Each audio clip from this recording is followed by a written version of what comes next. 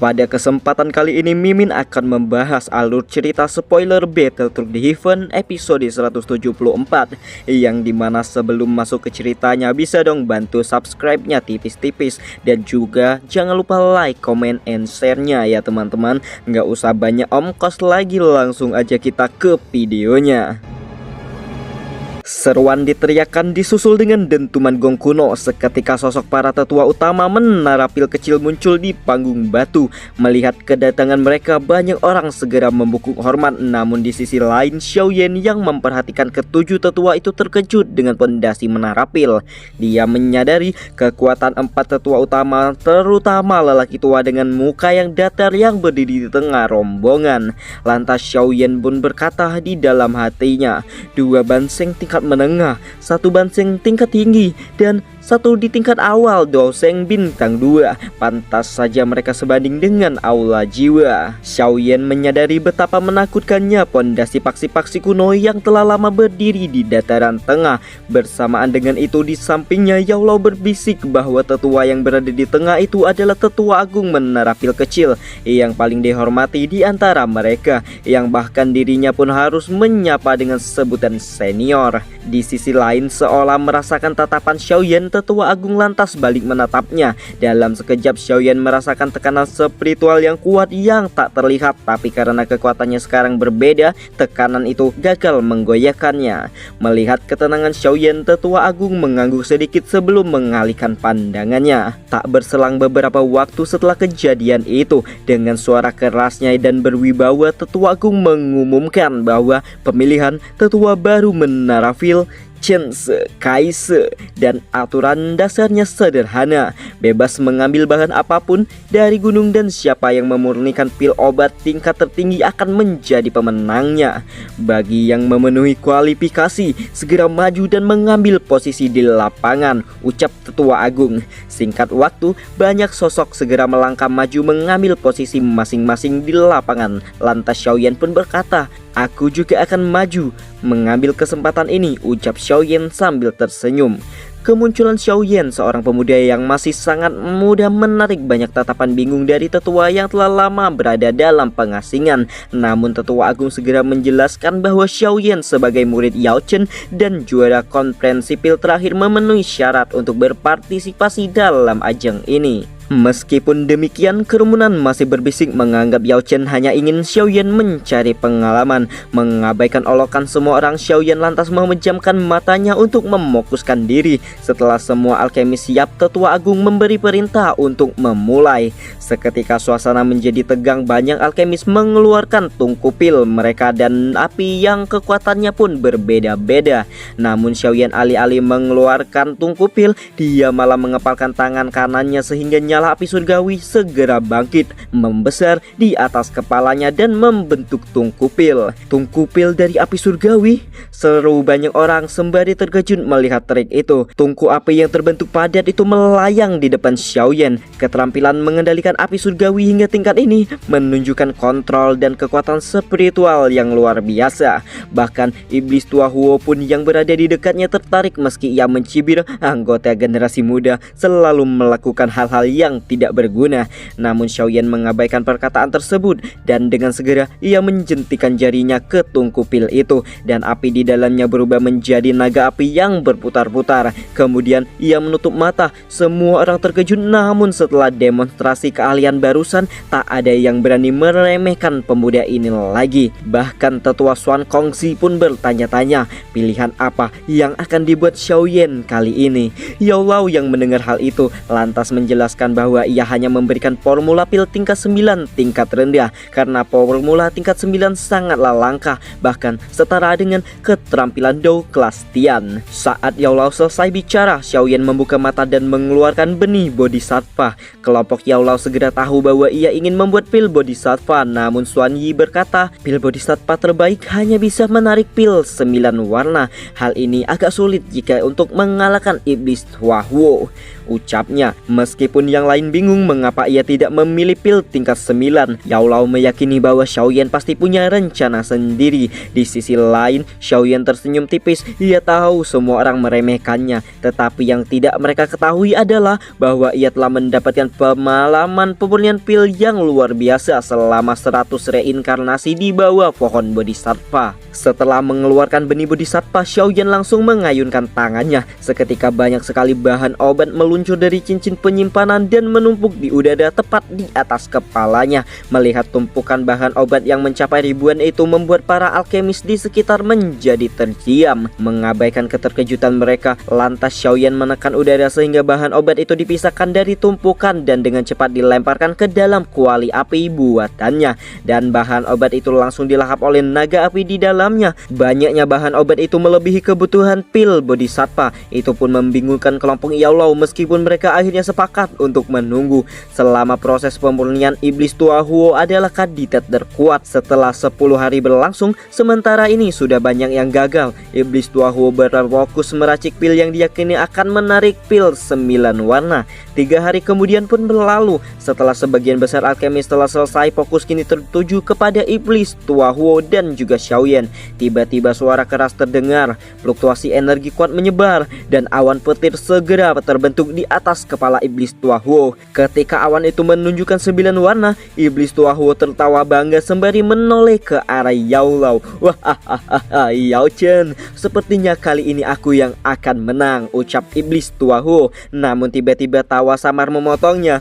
Apakah kau benar-benar yakin akan memenangkan kompetisi ini? Kata Xiaoyan sembari membuka matanya perlahan. Lantas iblis tua Huo membalas ucapannya. Junior, hanya dengan banyak bacot tidak akan menguntungkanmu di sini, cibir iblis tua Huo sembari melihat tungku pil api Xiaoyan yang masih tanpa fluktuasi pil. Xiaoyan menyeringai. Ia berdiri di depan kuali apinya dan seketika kuali itu pun bergetar. Tetua pertama tiba-tiba berkata, ada sedikit riak pil obat yang dipancarkan dari tungku pil itu. Iblis tua Huo terkejut, namun Xiaoyan sudah mengangkat tangannya ke kuali api lalu menggepalkannya. Naga api di dalam tungku pil meraung, tubuhnya memberontak dan kuali api itu pun meledak. Gelombang api ganas melesat menaikkan suhu gunung. Tubuh naga api membesar hingga ribuan kaki, melayang di langit dengan tekanan menakutkan, membuat awan petir pil 9 warna di atas iblis tua Huo pun menyusut. Junior, apa rencanamu? Teriak iblis tua Huo. Dasar bacot, balas Xiaoyan dengan nada dingin. Tekanan kuat dari teriakan mengguncang iblis tua Huo hingga terhuyung mundur. Ketika menyadari bahwa kekuatan Xiaoyan jauh melampaui dugaannya, Xiaoyan yang fokus kembali pada naga api raksasa, fluktuasi energi yang mengejutkan tiba-tiba menyebar dari tubuh naga tersebut, yang disadari semua orang sebagai fluktuasi pil obat. Lantas Xuan Kongzi berkata dengan terheran-heran, menggunakan api untuk membentuk wadah dan menyembunyikan pil di dalamnya, itu adalah metode yang sangat di luar nurul. Di luar nurul, seru Xuan Kongzi. Sehingga Xuan Kong pun terkejut bahwa Xiaoyan menguasai teknik yang bahkan tidak dimiliki Yao Lao. Di sisi lain, saat fluktuasi dari naga api semakin intens, gemuruh keras pun bergema. Langit menjadi meredup karena awan yang berkumpul berwarna hitam pekat. Suasana keheningan mematikan yang membuat semua orang pun ketakutan. Awan petir 9 warna di atas iblis tua Huo menyusut cepat di hadapan awan hitam ini. Mata semua orang menyipit. Mereka tahu ini berarti pil itu lebih kuat dari pil tingkat 8. Ini adalah pil tingkat 9 yang legendaris. Semua orang tak percaya dengan hal ini. Lantas para alkemis berkata, Xiaoyan ini benar-benar menyempurnakan pil obat tingkat 9, ucap para alkemis. Petir iblis hitam, sudah bertahun-tahun sejak terakhir aku melihatmu, gumam tetua pertama sambil menatap awan hitam aneh itu. Di langit lubang spasial melingkar, warna hitam pekat seperti lubang hitam tiba-tiba terbentuk di tengah-tengah awan. Segera pil hitam setebal lengan menyambar ke arah naga api di bawah. Merasakan bahaya, Xiaoyan mencetikkan jarinya dan boneka setan langit muncul di atas naga api. Namun petir hitam itu menyambar mereka hingga menghancurkannya menjadi debu. Ini adalah pertama kali bagi Xiaoyan melihat boneka setan langit hancur.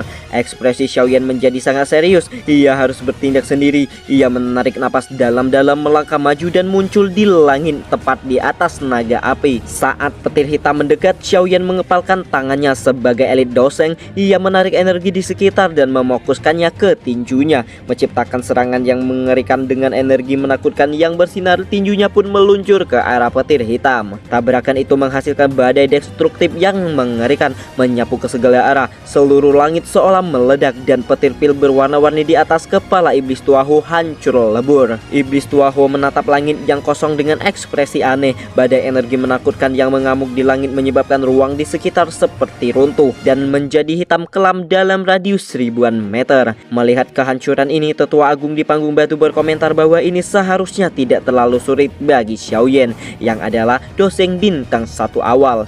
Verifikasi status dosengnya membuat keenam tetua lainnya pun terkejut-kejut, memaksa mereka mengakui keunggulannya. Mereka menyimpulkan bahwa Xiaoyan akan memenangkan pemilihan dan kemenangan ini akan menguntungkan dalam masalah aliansi dengan faksi lain untuk melawan Aula Jiwa dan juga klan Hun. Setelah kurang lebih 10 menit, badai energi di langit mereda dan ruang mulai seperti semula. Sinar matahari kembali menyinari menara pil kecil. Semua mata tertuju pada Xiaoyan yang melayang di langit. Xiaoyan mengepalkan tangannya, merasakan mati rasa tepat di tangannya. Kekuatan petir iblis hitam memang melampaui dugaannya. Ia bersyukur telah mencapai kelas doseng. Lantas ia pun berkata, "Inikah petir pil yang ditarik oleh pil legendaris tingkat 9? Ini memang benar-benar kuat," puji Xiaoyan. Untungnya petir iblis hitam ini tidak datang dalam jumlah besar dan awan hitam tebal itu perlahan menghilang setelah hanya beberapa kali sambaran. Saat awan hitam bubar, naga api di bawah meraung ke langit. Cahaya menyilaukan meledak dari tubuhnya dan gelombang energi yang besar memancar keluar.